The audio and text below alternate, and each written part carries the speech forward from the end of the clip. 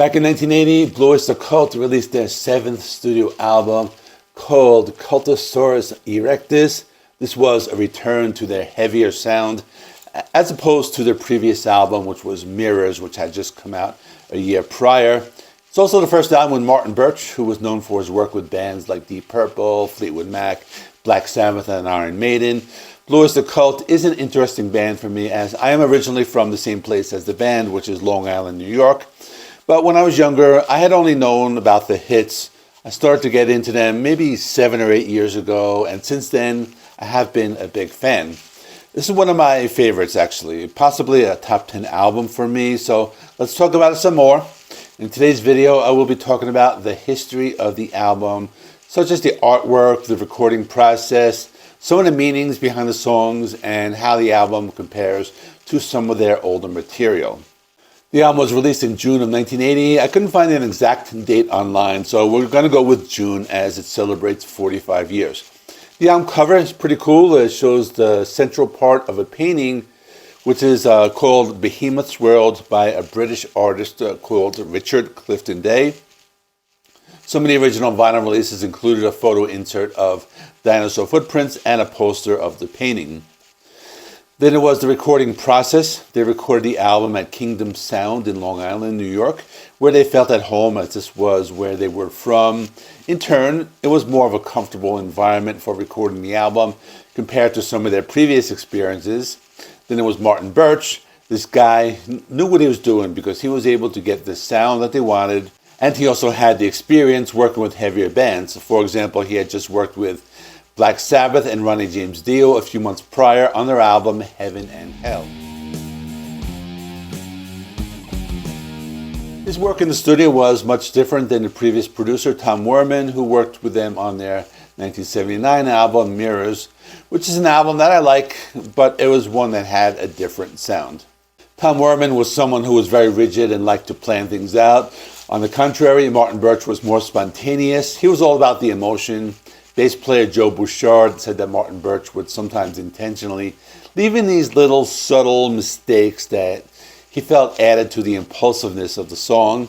His idea was to have less of an emphasis on perfection, which in turn gave the album more of a live feel. Not only that, but Martin Birch was not just a producer, he was an engineer. He was described as becoming part of the console because he knew what he was putting on tape and how it would sound.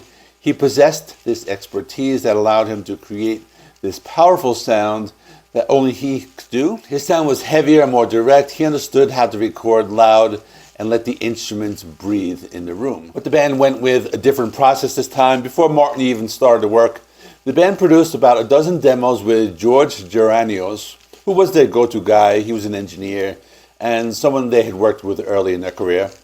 The demos were then sent to Martin Birch for his input, and this allowed the band to have a solid foundation for the songs before entering the studio with Martin, who would work with the band and offer his guidance and do whatever they wanted to do next. The end result was an album that was much heavier than the few albums that preceded it. The album has a more powerful and raw-sounding guitar tone, a tighter rhythm section, and a production that was not as slick as so many other albums. In addition, by this point in their career, the band's songwriting process had become more individual. While all 5 members contributed material and split lead vocal duties, they would often bring in more fully conceived song ideas from their home multi-track recorders. This helped Martin Birch add more variety to the song structures and arrangements. As for the songs, this band has been known to write about a variety of topics, many of them dealing with sci-fi and literary topics. So let's talk about them. One of the most popular songs on the album was Black Blade. It had some lyrics co-written by fantasy and sci-fi author Michael Moorcock. The song was inspired by the book Stormbringer, which was written by Michael Moorcock. It's about a black sword that was wielded by one of the main characters, and that character's name is Elric of Millenborn. The song captures Elric's tormenting relationship with the sword, which grants him power but also drives him to destruction. Then there's the track Monsters. It's a sci-fi and horror-themed song about a group of space smugglers who go into space to escape the problems taking place on Earth. The lyrics become darker as the journey progresses. The lyrics hint at an unsettling situation with the crew, and the monsters are not just external threats, but the internal desires of the crew members, causing them to become violent. The song is open to interpretation, though, as some people have said it could be about a group of men who take advantage of the one crew member who was a woman, and this leads to a tragic end. Then there's the track Divine Wind. For those of you who are old enough, and this is something I remember when I was much younger, there was an Iranian hostage crisis in the U.S., and the person behind it was the Ayatollah Khomeini. So the song talks about that. Back then, when the song was performed live, Eric Bloom would ask the crowd to give the Ayatollah handshake, or in other words, the middle finger, which was a thing back then, if I remember correctly. Then there's the track Deadline. The song was also written by Buck Dharma. It's reportedly inspired by a real-life incident where one of the band's booking agents was shot over a gambling debt. The lyrics reflect on the finality of a deadline and the consequences of desperate action. After this is a song called The Marshall Plan. This is a tongue-in-cheek rock and roll fantasy. The song tells a story of someone named Johnny. He's a young man. He dreams of becoming a rock star after his girlfriend leaves him for a musician in a band. It's a humorous take on a small-town kid with aspirations of making it big in the music scene. The song also has a spoken word part by Don Kirshner. Then there's the song Hungry Boys. This is one of those songs that can be interpreted in different ways, as the meaning of the song has often been debated. Some interpretations suggest it's about drug use, and the term Hungry Boys is about cravings and consequences of addiction. After this is Fallen Angel, which seems to be about a beautiful and possibly dangerous woman who lures men in, which leads to their downfall. This is one of those classic rock songs about temptation. Then there's Lips in the Hills. This track has a more ambiguous and atmospheric feel with surreal imagery. This one is also open to interpretation, but many people think it's about a lurking danger or some kind of mythical encounter in a desolate landscape.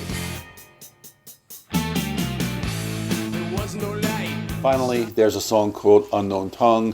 This is one of those songs that's very dark, involves certain rituals performed by a schoolgirl, but the song also leaves a lot to the listener's imagination. In the end, it's a very unique album in their discography. It's the kind of album that serves as a bridge between the more commercial sound of the late 70s and their return to the more commercial sound with their follow-up album, Fire of Unknown Origin, and their big hit, Burning for You.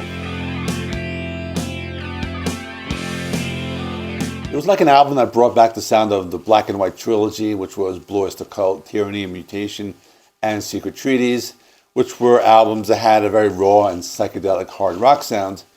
They were albums that had a cool interplay between Buck Dharma and Eric. You had the song Cities on Flame with rock and roll.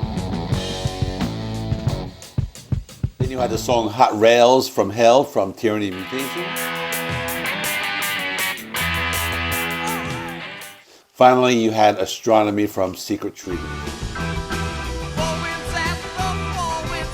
These were all classics from the early days, but by 1976 they released Agents of Fortune, and that gave them their big hit, Don't Fear the Reaper. This album, Cultosaurus, so I'm taking a more melodic approach, and I would say some of the songs on the album on Cultosaurus share the same hard rock energy. They also released Spectres in 1977, which had the song Godzilla.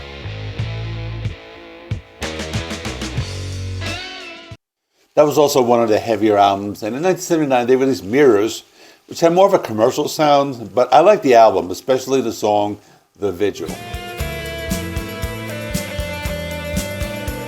And now I'm going to do something completely different. JC, I finally found it, the Cultosaurus. What in the prehistoric plastic is that?